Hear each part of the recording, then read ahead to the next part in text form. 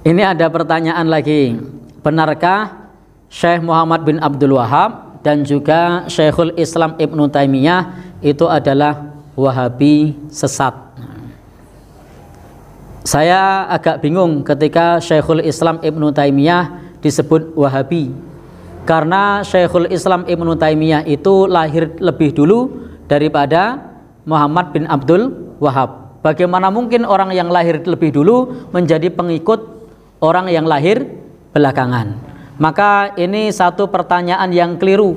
Bagaimana mungkin pengikutnya lahir lebih dulu daripada orang yang mengikuti? Sehingga tidak mungkin pengikutnya lahir lebih dulu daripada orang yang diikuti.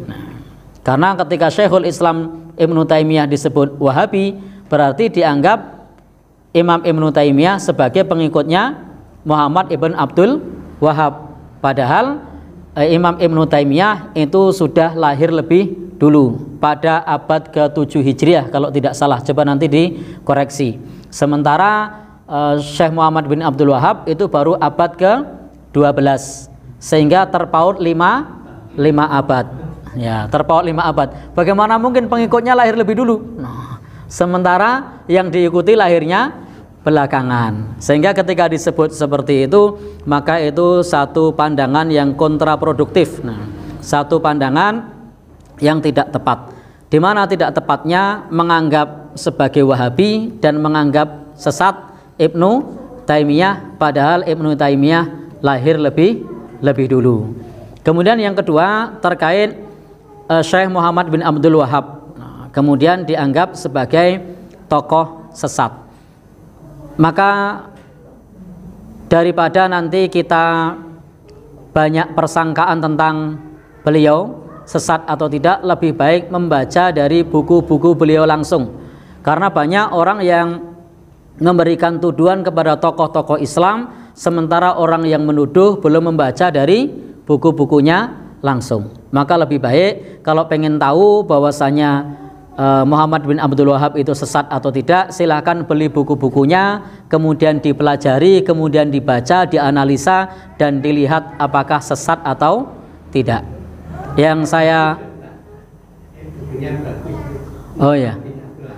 baik, dan buku-buku beliau cukup banyak beredar di negeri ini, baik yang berbahasa Arab maupun berbahasa Indonesia, sehingga supaya penilaiannya objektif. Monggo nanti penanya bisa beli bukunya, bisa dibaca, bisa dipelajari, atau ikut kajian-kajian yang di situ membahas tentang Kitabut Tauhid, atau yang membahas tentang Ushulus Salasah, atau yang membahas tentang Nawaqidul Islam, yang itu merupakan karya-karya dari Muhammad bin Abdul Wahab, atau yang membahas tentang Masailul Jahiliyah, perkara-perkara jahiliyah yang ditulis oleh Muhammad ibn Abdul Wahab, sehingga kita tahu apakah ajaran-ajarannya itu sesat atau tidak. Saya khawatir nanti kalau saya yang menjawab nanti itu subjektif. Tetapi kalau baca bukunya sendiri, mengikuti kajiannya sendiri, maka itu sudah cetho welo-welo tetelo ndedeleng moto. Nah, bagaimana ajarannya yang sesungguhnya?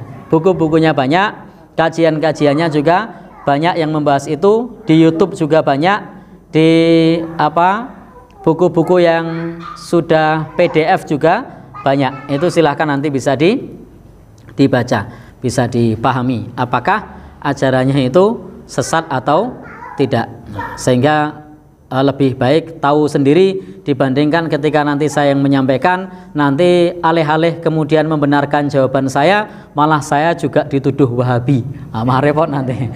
Baik, jadi silakan, itu lebih objektif ketika langsung mengikuti kajiannya, membaca bukunya, sehingga tahu bagaimana ajaran yang disampaikan oleh Syekh Muhammad ibn Abdul Wahab. Beliau itu adalah seorang pembaharu yang ada di Timur Tengah. Sebagaimana di negeri-negeri yang lain juga banyak lahir para tokoh-tokoh agama, tokoh-tokoh pembaharu yang itu punya konsep-konsep yang berlandaskan kepada dalil-dalil yang nanti Bapak Ibu bisa membaca langsung dari karya-karya beliau.